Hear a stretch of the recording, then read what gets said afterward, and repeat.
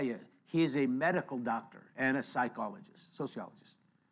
And so he's, for 30-some years, been treating kids. He's a pediatrician. So parents bring kids, and oftentimes he cites so many cases in there where they bring a child in, and the first thing the parents say, well, the school said they think he's ADHD, or the schools say that you probably, and they got the drug on their phone, you know, the one that they suggest, and they just want the doctor to go, oh, yeah, it's what he needs, and then good. The parent doesn't have to deal with it. And this is what I've been telling parents for decades now. Parenting is dealing with a lot of things. It's far easier to just give the kids drugs, and that's what they do on a large scale today. Matter of fact, 40-some% higher, more kids are on these drugs than were just 8 years ago.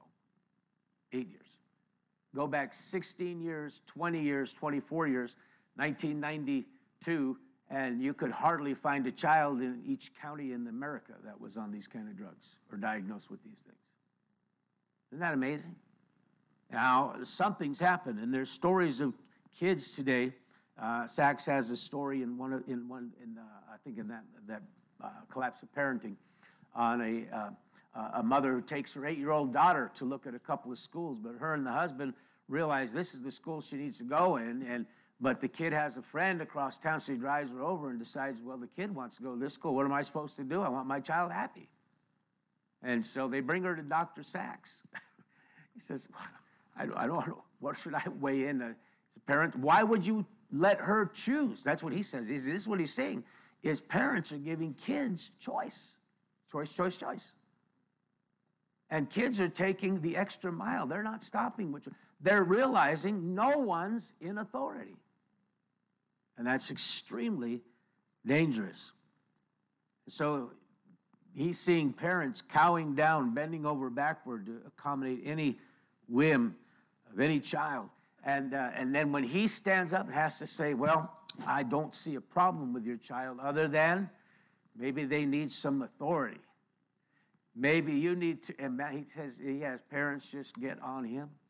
He told a story in the book about a man had a high school age son, and his buddies, they'd hang out, and he noticed he could smell booze here and there, so he bought a breathalyzer for his house.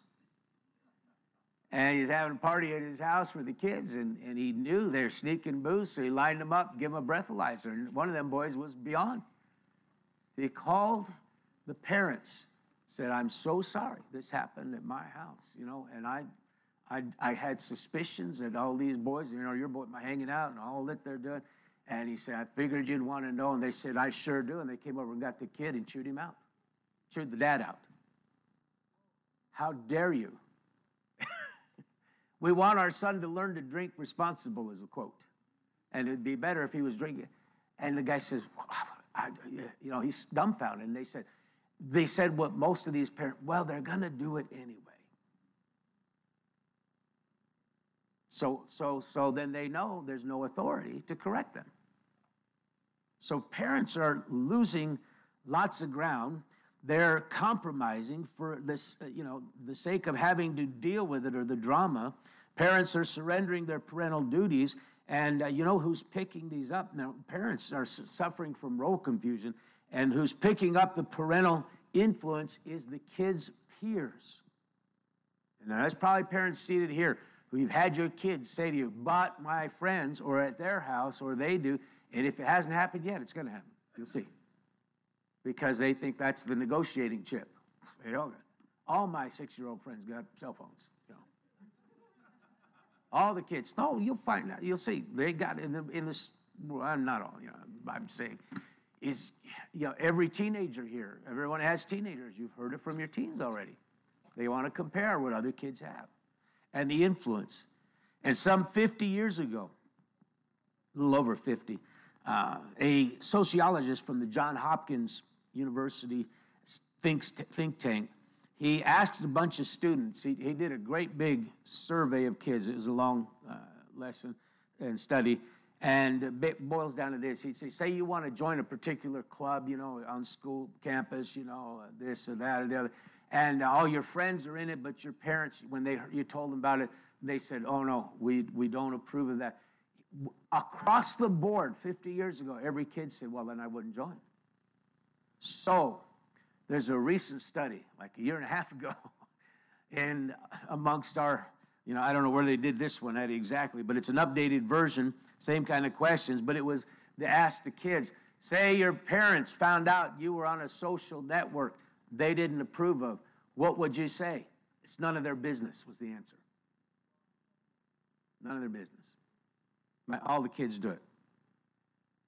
And would you join? What do you mean would I join? It's not their call. This is the report. This is the response across the board. All my friends are, why would I do that? Why would I even ask was the first thing. Why would I ask them? Because they're parents. But these are 15, 16, 18-year-old kids today that says, no, what's more important is what my peers do and feel. Years ago, man, a long time. I think I was a youngster when Robert Fulghum, he was a pastor. He wrote a book, All I Really Needed to Know I Learned in Kindergarten. Well, he probably read it. But, yeah, it goes back in time. But it sounds comical, but I'm going to tell you, this guy, listen, here it comes. Number one, share everything. This is what they used to teach in kindergarten. Back when Wally and me went to kindergarten, we barely knew how to count probably, to 10 or something, but we learned these things, Fulgham's rules. Share everything, play fair, don't hit people, put things back where you found them, clean up your mess, don't take things that are yours. These are the rules in Fulgham's book. Say you're sorry when you hurt someone, wash your hands before you eat, flush the toilet. Live a balanced life, learn some, think some, draw some, paint some, sing and dance and play, and work some every day. When you go out in the world, watch out for traffic, hold hands, and stick together.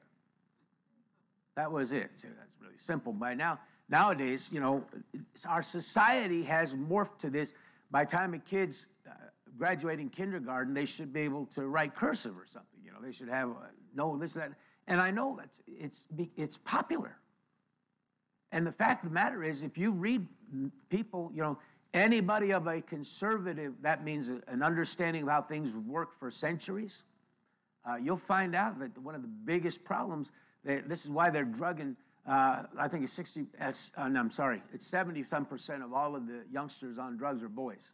I think it's 78. It's up, way up. And that's why, because boys want to be boys when they're that old. They want to get dirty, they want to get crazy, they want to throw something, they want to have fun, they want to play. And so Fulgham's rules were just that. Teach a kid to respect others. Teach a kid to clean himself up. Teach a kid to be nice. Just teach a kid to, see, today, they haven't learned that. It's not being taught like that. Everything's different. And in the mid-1980s in America, the school districts decided the first priority of elementary education should not be socialization, but should be literacy and numeracy. That didn't come along till the 1980s. Before that, this is what we learned in kindergarten, and first grade wasn't a whole lot further. But see, things changed because of these people we have coming in. You know who was beginning to enter the scene and establish the rules in the mid-'80s? You know who that was? It was the love, sex, free sex, rock and roll bunch from the 60s. They are now running the school boards and school systems. And they decided, these kids need an education, and we're going to, we have achieved academia. I'll tell you, our colleges today are run amok. Academia is not what it once was. And so this is what has happened in America, and they changed the curriculum early elementary, and they've neglected teaching socialization or social skills. Let's just put it that way. It's no longer what's being taught. And so what the kids do is they lose respect. This is why when they're in school, it's common for kids to, no to teachers, in Dr. Sachs's book, he's got a story of a kid, they just called him Buzz, because he would buzz like a bee and run around the classroom, And he would do this to kids and get in their faces, get in the teacher's face, go around. And this is all he did. And they called him Buzz in the book. And no one had ever told Buzz to stop buzzing until they brought him to Dr. Sachs's office. So you're not going to do this. Years ago, this brings up a story. There was a crusade in Norfolk, probably, 12 years ago, 10 years ago, maybe longer. We had a big crowd. I was there helping. Pastor Mitchell was praying for people in needs, and I was helping screen some of the folks. You know what we're doing? We're not protecting him from people or telling people to pray, but sometimes you get a nut. They just want the microphone or they want whatever, you know. And so here comes a grandma, 25, 28-year-old, and a 6-year-old tyrant that's running the show, little boy. And I saw him coming, man. I saw his eyes. He's on flame of fire, ready to go. And when they come up, the boys, the mom's chasing him around everybody, doing all this stuff. And I'm standing there with the grandma, and she's telling us this horrible story. He's ADHD, he's this, he's that. There's nothing can be done. And when the kid got close enough, I snagged him. I pulled him in. I said, if you don't stand right next to me, I'm going to hurt you bad. He stood there with his hands behind his back. And Grandma was telling this story. I said, do we need to pray for the child? And she goes, I don't know how. And he's standing there. No one ever told him stop. Nobody ever dared threaten his world. I wasn't going to hurt him bad. Not in public. No, I wasn't going to hurt him bad. But this kid had never been told, you can't do that. The mother just chased him. I'm telling you, bobbing in and out around people. And I said, my gosh, you know, and I'm trying to hold the mic for this, the older lady, and it's getting ridiculous. And I just snagged him. So that's it. You'll stand right here. So we have today people that never taught their kids how you behave. They have to be taught. And if they're going to only learn from their peers, how many of you know they're not going to learn manners? They're not going to learn respect. And parents are the #1 teaching influence. You know, teachers, thank God for teachers, and they oftentimes do their very best. Thank God for Sunday school people and good babysitters that help. But kids will learn best from their parents. It's just the way it is. And we have today just an out-of-order society. It's promoting this insanity. Music lyrics are filled with disrespect. They're filled with it. Hatred. I don't know if you've been listening or following the news. Kanye West was just in the White House yesterday, I think, or the day before. Who was he with, the former football player? Did you guys follow the news? No, not Kaepernick. Jim Brown. And who happens to be a strong conservative man. Some pretty good values in his life. And they're both concerned about the plight of the prison structure and what's happening. And to them, Black Lives Matter. But it doesn't fit the left's narrative, and the left is a bunch of people that have never been told no. When they lose an election fair and square, they go crazy. They can't handle it. That's why Hillary speaks out this Monday or whatever it was and says there can't be any civility till we're back in charge. We'd rather have insanity. Because her and Bill loved children from the 60s, guys. Go look at the pictures. Go back and Google them up. You know, daisies in the hair and everything. Smoking dope, doing cocaine, fornicating. These are the guys. They ended up running the country. And that's the third generation back I'm talking about. That begin to got messed up and then never got reeled in. Some of us out of that generation got saved. Hallelujah. But we have today all kinds of people, and I know Kanye West. He was into this in the hip hop thing. I don't know what he's doing. Now he's becoming a businessman, and many on the left side hate him. There was all kinds of things written and said about him. This guy's gotten more bad press in 24 hours than most of us will get in lifetimes, you know. And so we have that. We have MTV, if they still have it. Whatever, the video stuff. It's pretty nasty. It's in your face. There's no respect. We have the social media sites. They're filled with garbage. people disliking, people unfriending, people saying nasty stuff, people posting. And we have young women posting every kind of picture from fully clothed to semi-clothed with innuendos and whatever. We have the film industry that promoted free thinking. Today it's just filled with disrespect. And, we have T-shirts and logos on shirts. You ever see young people's T-shirts sometimes? I tell you, they're nasty. They ought to be censored. But they wear them in public. It's in your face, And that's what they think of you. Because no one's told them that. And now the Disney Channel, I don't watch it. I have never watched it. But not just is it bad, but now, I got a couple of little clips of this. They actively promote the culture of disrespect, this excerpt of the book says, and undermine the importance of parents. These are the most popular shows on the Disney Channel. One called Jessie. It's a sitcom in which the parents are almost always absent and irrelevant, while the three kids are more competent than the bungling butler and ditzy nanny. That's typical. This is what you got now. The kids are running the show, and they're smarter than everyone. Liv and Maddie is another Disney show in which a pathetic mom who happens to be a school psychologist is regularly put to shame by her girly girl daughter and her tomboy daughter, both played by the same actress. Another Disney show, A Dog with a Blog, in which the father is another psychologist, who knows nothing about the behavior of children. He's always bewildered. Isn't that something? They mock the role of parents. Disney's really good at that now. And his children are the best and at mocking the well-deserved mocking of the father happens best by his children. And he's clueless, and it's a reoccurrent laugh line in the show. The dog is more insightful than the father. That's Disney. Now, people think Disney's harmless, pastors harping on. No, this is the stuff that kids are growing up with in our society. And then they don't know why. There's no respect.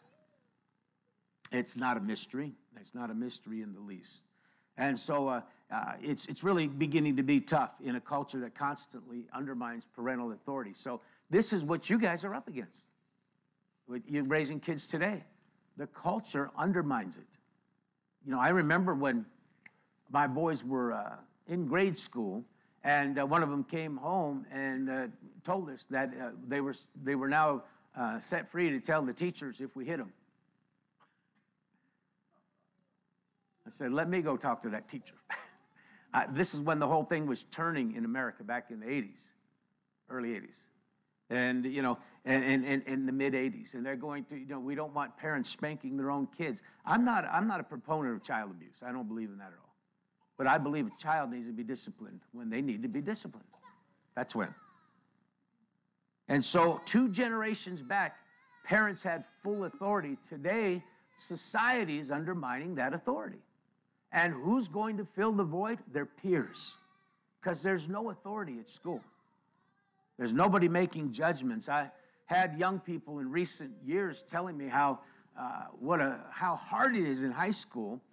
Because back in the day, if a guy and a girl kissed in the hallway and anyone seen it, they'd end up in the principal's office. Today, it's the popular thing to do the lesbian kiss in public, in front of the principal, the teachers, anybody. Nobody cares. In your face. This is what you guys are up against in public schools. Your kids really need your help. And today, most parents and teachers do not act with authority. They don't have it. They don't command. Instead, they ask, how would you feel if someone did that to you? Well, I don't know. Well, I know there's probably a time you'll say that to your kids, trying to teach them a lesson, a life's lesson. But that's become basically all it is anymore in the school systems. There's nothing there that's going to stop them. And for the most part, kids in the United States, especially Canada and the West, for the first time in history, young people are turning for instruction, modeling, and guidance, not to mothers, fathers, teachers, or responsible adults, but to people to whom nature never intended to place in a parenting role their own peers. I'm quoting Dr. Sachs. He's saying, he says all the time, this guy has 30 years of studying this. He's not just a doctor making a paycheck. This guy cares about our America and the world. He's gone on a circuit, and he's given lectures in I don't know how many countries now. Not all the time, but I mean, he's in recent years because he's puzzled. Do they see the same thing? And he says sometimes he'll go to another country like England or Australia or somewhere and teach a whole seminar, open up for questions, and people go, what the heck are you talking about? Because it's not the way we do it here. We're still parents. He said he was totally humiliated in Australia. You know, he thought they had the same problems. And then he does a little research. He finds out something's really wrong in America. Real wrong. And, kids are becoming rude. And this is what Sachs is upset about also, that the parents will bring them in and go, look at him. You know, he's going to rip your office apart. Sachs said, leave him with me for a minute. Parent gets out of the way. He says, in 2 minutes, he's got the kid sitting down talking to him because he's the authority in the room. And then he says it happens all the time. Parents are so angry at him because he doesn't give them the prescription. Okay? Kids don't just need a choice. They need someone to stand up and say, it's time to get up. It's time to sit down. It's time to play. Let's have some more fun. Let's do it. It's time to eat the broccoli. Picking some out of my teeth still. It's time for this. It's time for that. It's time to go to bed. No, we're going to bed. That's what a parent does. And it's not this grueling, nasty, authoritarian deal. But you are the authority. And if you don't get it, this is, today we have the other issue of obesity and children, overweight, and, parents don't control. They cede the menu to the children. We were just teasing one of my granddaughters tonight, because years ago, when the first time or two, she sat at my table and says, I don't eat that, I don't eat that, I don't like that, I don't like that. We can't find anything she doesn't like anymore, amen. And she's not obese. But she likes to eat. I've had parents, they don't like broccoli. How do you know? Well, put on the plate. No, did you make them eat it? Did they sit there until they were hungry? No, they had a handful of candy, and after they had to give them something, gave them more milk, gave them this. Well, they won. I remember disciplining my sons at times when we had some issues to deal with, and, little crazy men, I got the belt, and it's like, whoa, man, they're crawling up over the ceiling, over the bed, around. And what are you doing there, Dad? It sounds like you're killing them. And I hadn't done anything yet. Just waiting for them to hold still so I can get a good shot. Because there's one spot the belt goes. Not anywhere. I don't just swing it around. And I can remember telling my sons, slow down, stop.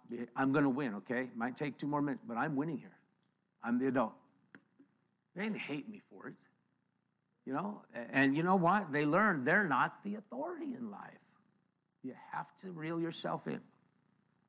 So there's this thing called food control, and Sachs writes about that. He's always got, this is the other issue, parents bringing in kids overweight. I don't know what's wrong. It must be this, must be that, must be this, And let me talk to the child for a minute. What do you like? Ice cream. What do you like? More ice cream. What do you like? Candy. Snacks, Doritos, chips, And it's not a problem. The parent's missing something. The parent. Do me a favor, one parent said, could you just try a bite of your green peas? And so the kids take things, such appeal literally, he says. If this girl condescends to eat a bite of green peas, she's likely to believe she's done her father a favor. Now he owes her a favor. That's how their little minds will interpret that. Please, just do this for me. Well, it's not what it's supposed to be. It's supposed to be, I've made food, you're to eat it. This is what we eat. So American kids today are also less active. And the reason, who can imagine why they'd be less active? Video, tablets, phones. Kids today don't sleep the right amount of hours. Some parents just let them go to bed with some device. And they don't know why, And Leonard Sachs, he's got people in there all the time. The kids always lethargic, this and that. And they find out, crack the door open tonight, they're in there, just. And so it's shorting out their little brains. Matter of fact, if you would please save your kids from this, you really ought to read. There's a simple, good read, Glow Kids. Glow Kids is just, very, very good to help you understand their little brains aren't made to view the screen all the time. Matter of fact, since I started prepping this and doing some researches recently, I'm shocked at the consequences we're finding out in the sociologic world and psychological realm of it all today. It's phenomenal what's happening to kids' brains. So but they can't function in society. They've dug ruts. They suggest you don't let any kids play any kind of repetitive games until they're in their mid-teens, if it then, and then limit the hours. You know why? Because your brain is developing. It's forming. This is why everyone here probably is marveled at the fact that you could take a little child and put them in a bilingual atmosphere, and they're bilingual in 2 months. How can a kid?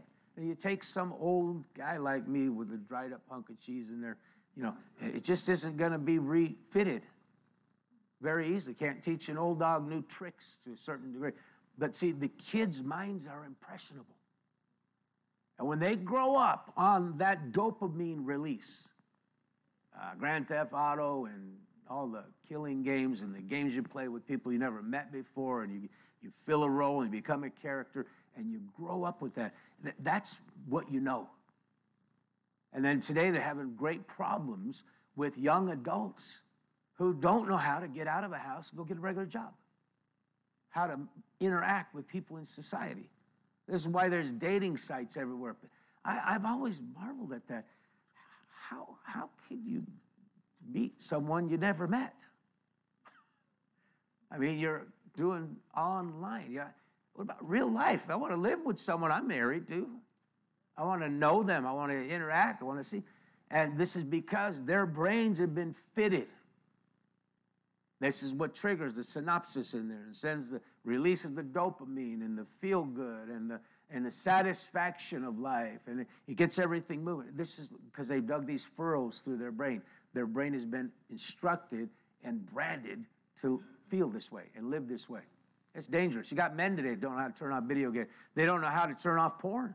They don't know how to turn off all kinds of things. They just have no willpower left. And it's a dangerous, dangerous thing. Years ago, in 1965, only some 80% of American households had a TV. Just one. I don't think I've got the statistics for today. Nope. Dang it, I forgot to copy that out. But today it's off. It's not just TV. Today, every kid's got a device. People have access to anything and everything constantly. And they're filling their minds, and they got the devices in the room. And here it is. At age 10, an average American kid is getting 9 hours of sleep a night. At age 15, 7 hours. At age 17, 6.9. And it goes worse and worse as it goes on. And so British kids, on the other hand, are actually getting slightly more sleep compared with the British kids of 20 years ago. But America is flip-flopping. I doubt that Britain's going to keep up with that because it's loose over there, many of these things. So what Sachs suggests here is, and other pediatricians, he says, advise the same, that there be no screens in a kid's bedroom. Let me tell you, it's better even to keep them out of adults' bedroom. Go to sleep when you go in there. No TVs, no mobile phones, no computers, no tablets. They didn't say kids should not ever use these devices, but they should never be in a bedroom. A bedroom should be for sleeping. And, I tell you, I have reeled myself in since I've been looking at screen addiction and stuff. And I'm not addicted, but I'm telling you, the reason I'm not addicted because I said, boy, I'm not turning that on near as much. I don't need to check my email 10 times a day. How many ever got a buzz on your phone before you put the phone down? You were 3 or 4 other places. You didn't need to go. Or 10 minutes or 20 minutes or an hour. Or on the computer, same thing. Young people no energy. They're being drained and zapped. And so this is another horrible effect. And where this ties into my first part of this study is the fact that while kids are being wired into this, they're not wired to their parents. They're wired into that world where all the other kids are. And so what's important to them is what the other kids are doing. And the parents are losing their leadership. He does these workshops for children and teenagers, and back in 2001, he started them. In the workshops, he says they're not sermons or didactic presentations, but conversation. I ask, and I call on those who will raise their hands, and I ask the kids to respond to their peers' comments. One question I have regularly asked since 2001, since he started these seminars amongst kids, what's your favorite thing to do in your spare time when you're by yourself and no one is watching? Now, from 2001 through 2010, I heard lots of different answers. But since about 2011, one answer has become the prominent amongst American kids, especially affluent kids, kids that have some means in their home. And what do they want to do when they have time, no one else is around? Sleep. He says it's the number one answer. You know why? Because they're so connected to everything else. Whenever they're not sleeping, they're just wore out. So this is zapping our culture, and it's helping create this culture of disrespect. Parents have lost their authority, and it's now just what's popular, it's just what's convenient, it's just what everyone else likes to do. And, we have this ADHD and these kids that are drowsy, and these kids that don't know how to function, and these kids that feel anxiety, and these young people that are going through it. And the answer is, and this is why so many of these parents just bring their kids into Dr. Sachs's office. They're bringing them in and saying, medicate them. I have read. This is a very common thing he hears. I read, this drug. I've read about this symptom. And they're ready. They do my kids. And he says, he has a real problem because parents don't like him. He says, all they need is a dad, a mom. They need someone that says, this is the way. And they're not getting it. This ADHD thing is just incredible. If you would play fair, if you teach your kids from the start, don't hit people, put things back. So what they hit people, give them a spanking. That's what they got that for. Clean up your mess. Say you're sorry when you hurt someone. Now, it's been 3 or 4 decades since Fulgham had wrote that. And if parents were turning back to that today, it could change our society.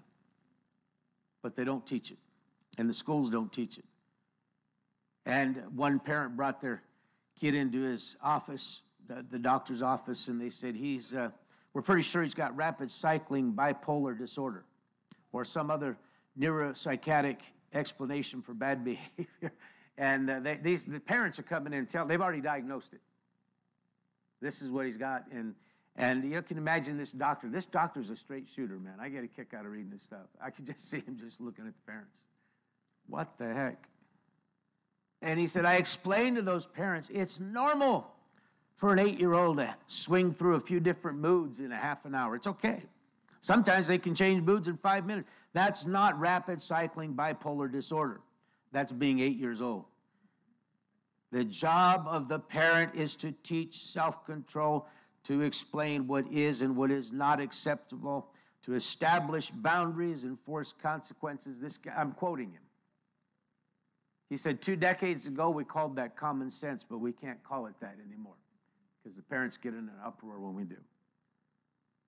As recent as 1994, it was rare for any individual under 28 years of age to be diagnosed with bipolar. Matter of fact, you can go back into the 80s, and most sociologists, psychologists never heard of the term. It wouldn't exist. But things today are much, much different. He said we have a whole lot of kids coming in, and the parents have already diagnosed them, And they want, and he says it's so much easier for any clinician to find it easier just to tell the parent, yeah, it's a brain disorder, rather than to tell them to change their parenting approach. Now, I've told you, I've had a lot of parents over the decades of ministry, last couple of decades since the 90s, say, hey, I think my child, what do I do with that school? The school said, that's the common thing. The school said they probably, and I have in every single case advised no drugs. And you know what? Some of these kids are sitting here tonight and their parents are doing okay. Survive. And they did well. It's a quick fix medication. And he said that's one of the problems. Many parents are just happy with it, and they don't know why, the kid seems to be in control. Well, that's because the kid is in control. And the child is ruling the home. 20 years ago, he says, you used to be able to say your son is disrespectful, he's rude, he exhibits no self-control. You need to teach him basic rules about civilized behavior if you're going to stay at this school. Today, the parents come in and threaten a lawsuit. Just like the guy that called the parents and said, your son's drinking, we're sorry this happened. And they got mad at the man. Not for the kids drinking, but that he would have the audacity to say it was wrong. No parenting there. Sachs tells the stories of kids that came in his office, and and he's had to tell the parents, this is not a medical condition, and have parents curse him out. Curse him out. He says, because the problem is when I say, there's a big difference. The difference between saying your son is disrespectful and saying your son may meet criteria for a psychiatric disorder.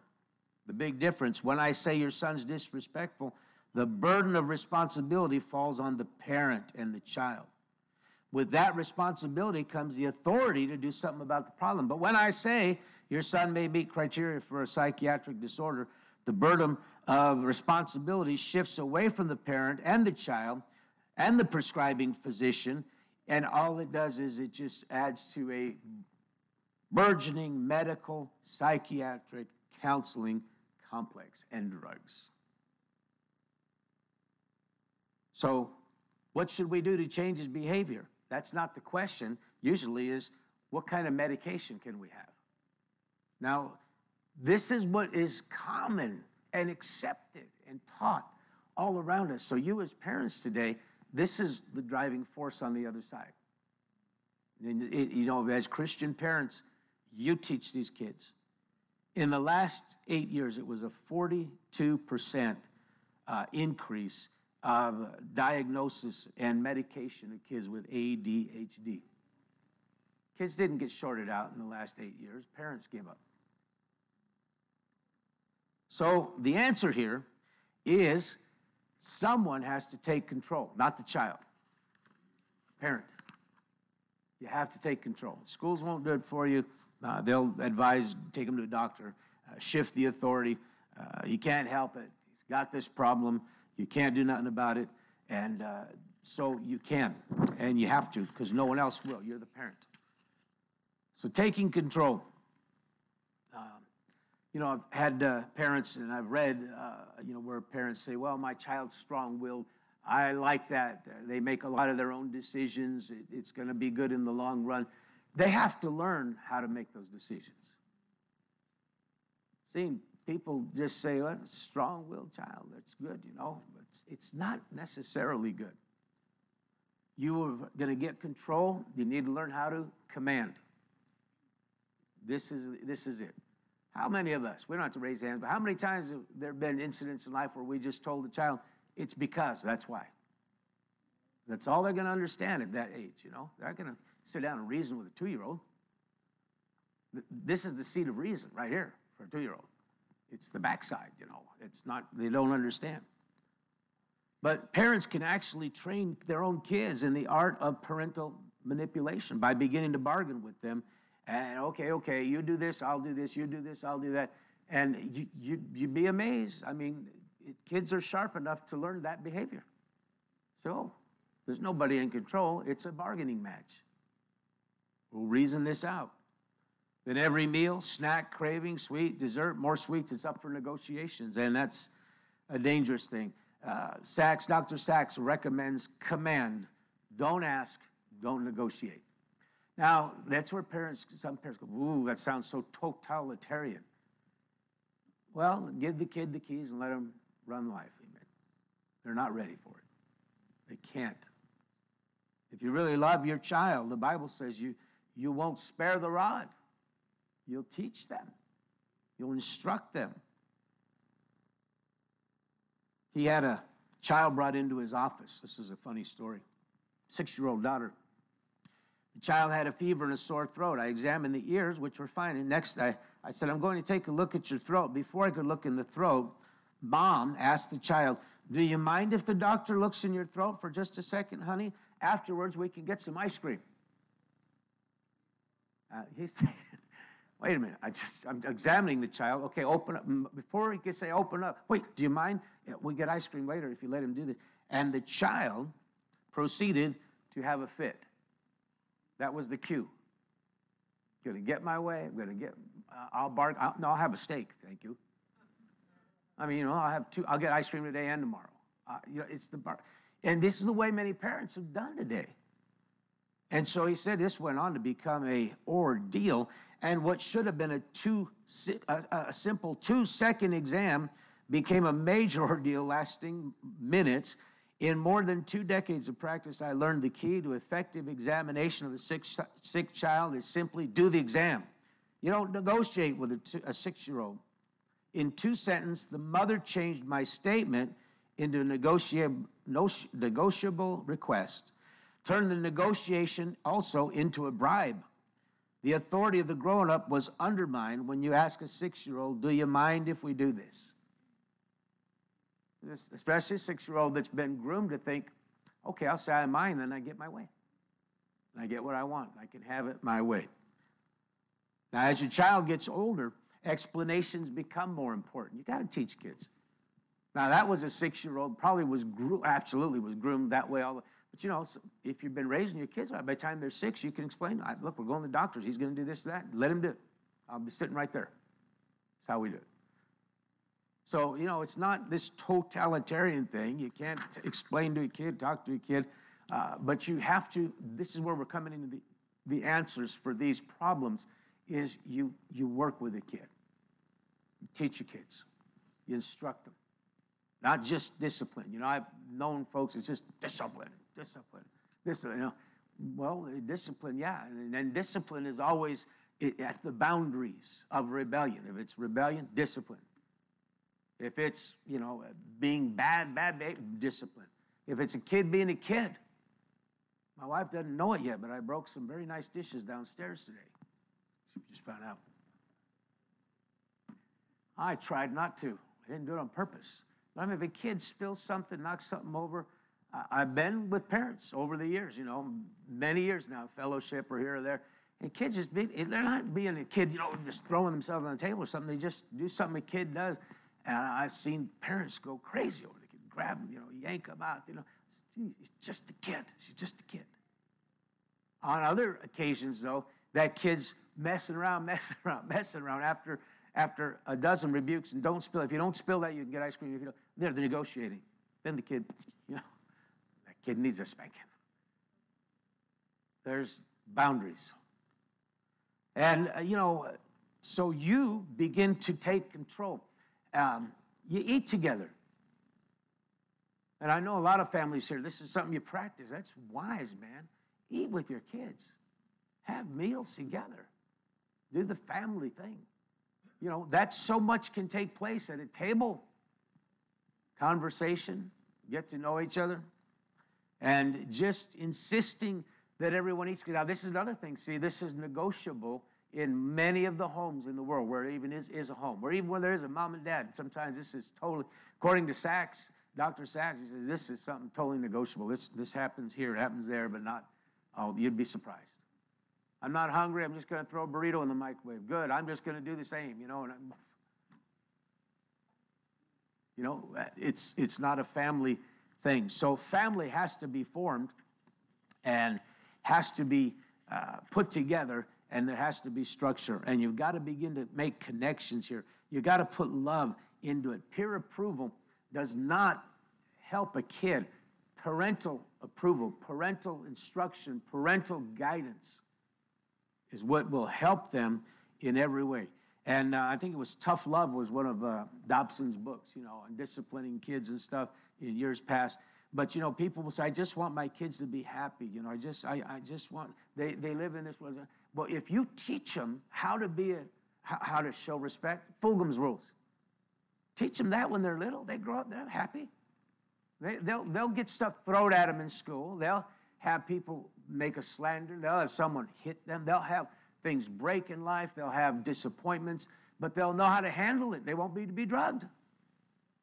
They won't need to be, in college till they're 38 years old and still not know how to get a job.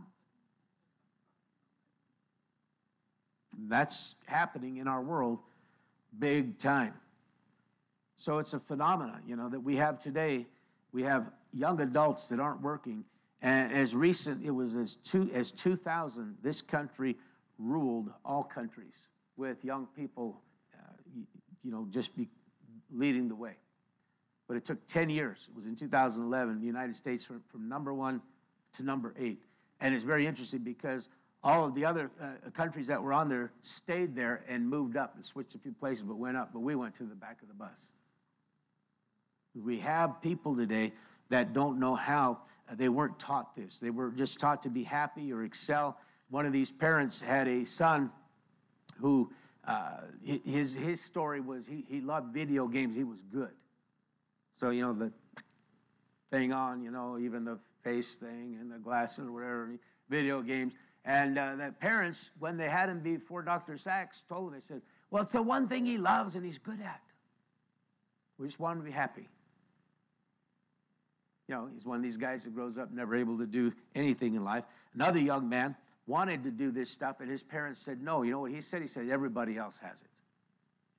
All my friends go to this site. It's a game site. Everyone does. He was young, and they said, no. Maybe after you're old enough to get a job and buy your own game, you can do it.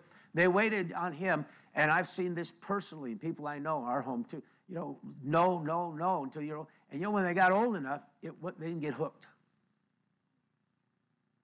But some of these young people get drilled into that. They fall into that trap, and they don't know how to get out. And so if you love your kids, you'll stand up and lead them. You'll make the stand. We have a world around us in America where men are becoming effeminate, and we have a whole young society of snowflakes. You know what that is? They just melt down. They can't deal with life. They can't deal with drama. They can't deal with a job. Job is drama. No, it's work. It's what you get paid for. They can't deal with things. They don't know what to do. Anything goes wrong. It has to be someone to blame. This is what's wrong on the left in our political arena today. Is everything is someone else's fault. If you change, I'll be happy. If you do something else, my life is better. Make your life the best it can be. Get a hold of God. Get to know him. Let him be your father and learn to help your kids. They're becoming fragile in our society, young people, just fragile. One of these doctors called them teacups. They're pretty to look at, but they fall apart the minute they get dropped. So you got to begin to consider these things I'm talking about, and then you got to begin to take a solid look at what matters. And what matters is those kids, you only have, legally you have 18 years to put your imprint on them, teach them, help them, bring them under the guidance of the scriptures, teach them to respect others, teach them to be honest, teach them to work, teach them to learn. And you have to begin to teach certain things. You've got to begin to teach them what's important. What's important. And the love of a parent is an unconditional thing. It's a wonderful thing. It's something that the kids need. The love of a parent is something they could never get from society. No peers, nobody, no teacher, no one. No one can give them that. A love of parents, well, I say it's I used the word a minute ago. I just used it. You guys weren't listening either. Unconditional. It's unconditional. You know, I raised 3 kids. They weren't always angels, just most of the time. Oh, they were boys. And you know what? I love them, which kid I had, you know. It's a good one or the bad one. Still love them. Which one's showing up today? Most of the time, pretty good. They were kids. And they're my boys. I love them. How many of you know what I'm talking about? You love your kids, not because they did, oh, you got A's. All right, I love you. Straight, I love you. That's a reward. That's it. That's what makes me proud. You know what? Sometimes we just had to help a kid over a hump. We still loved him. But you don't get that from your peers. And see, it's the peer that is influencing everything today. And so you don't get that from your peers. You don't get that kind of love from a report card. You don't get it from anything. And it's the parent's job, Proverbs 22:6, to train up a child in the way he should go. And it's very, very important that you and I do this, that we know how to do it, we learn how to do it, we do this properly, because our kids are going to need our leadership and guidance in this. This is what they got to have. And yet they're fragile today, so fragile in our American society. It's horrible. And we got to teach them what matters. And number one, what matters is self-control. There's incredible research done on the issue of what matters. Okay, when they did this with a number of kids at 11 years of age, they studied these kids, and they were looking at the best predictor of a satisfied, victorious overall lifestyle. So 20 years later, they checked up on these kids. They're 31 and 32 years old. And this is what they looked at when they were 11 years old. They studied their IQ, each child, their grade point average. How many of you know these are important things? We want to know kids got a good IQ. We want the best grades. They studied IQ, grade average, self-control, openness to new ideas, friendliness, and they studied all these things. They rated these kids at age 11. They researched the whole bunch of them. They stayed in touch at age 32. The most complete, satisfied, victorious people. They weren't on drugs. They weren't drinking. They weren't divorced. They were this or that. You know who it was? It was the kids that learned self-control at age 11. Maybe had the worst grades in the bunch. They can control themselves. Who taught them to control themselves? The teachers, their peers, their parents. So you got to realize what matters. What matters, you know, is that you teach your kids important things. You teach them to be conscientious. You know, this is something that a lot of kids aren't today. I mean, to tell you, you see kids in society, they can care less what anybody else thinks. And it's not a matter of us, you know, making sure we look a certain way. People think well of us. This is just a fact. Conscientious individuals enjoy a higher economic status on average compared to less conscientious individuals. Benefits of conscientiousness with regard to health can't be attributed to socioeconomics. It is just because people are conscientious. They care. They care. They pay attention. Benjamin Franklin said, early to bed, sleep in late. No, he said early to rise. Some of you knew that was coming. You were squirming. Early to bed, early to rise is important. It makes a man healthy, wealthy, and wise. See, going to bed early isn't hardly heard of today. People are checking one more site, one more email. You know what? You can read about the screen glow. You know, then you close your eyes and your brain has still got an imprint of the screen. It's buzzing in your brain. It's medical science today. It's rewiring people. And it's a frightening thing. And so, you know, you lay there. Maybe you get your 6, 7, 8 hours laying down, but you haven't rested like you should. The brain didn't shut off the things. I was reading some stuff recently, man, of people that research this stuff. They says they have a shut-off time in their home. These are not Christian sites and articles. I'm reading doctor stuff. It says there's a cutoff time. One guy says he takes a Sabbath every week. a 3-day Sabbath, him and his household. And I read everything I could read about this guy. I don't see any trace of Christianity. He just says, no, we turn off everything. 3 days. He said, I met my family. It's wonderful. So people think good grades is important. It is. Make your kids, teach them to study, help them if you can. Teach them to be good people is what you need to teach them. Teach them how to respect, how to pay attention to others, how to care, how to love. Teach them about important things. It wasn't financial status that really is rewarding on people. Do you know people can be making $100,000 a year today and still live in a very disgusted mode in life? Others can make 40 and 30 and be happy. Somebody's learned something about life that someone else didn't learn. And so it's not just in what their financial status becomes, what kind of education they've got, but you got to teach your kids to be good people as best you can. Train them up in the ways they need to be trained. Teach them what's important. Teach them how to do life. Got a couple other things I'm going to turn to here real quick. I'm in the back of my notes, some of these pages here.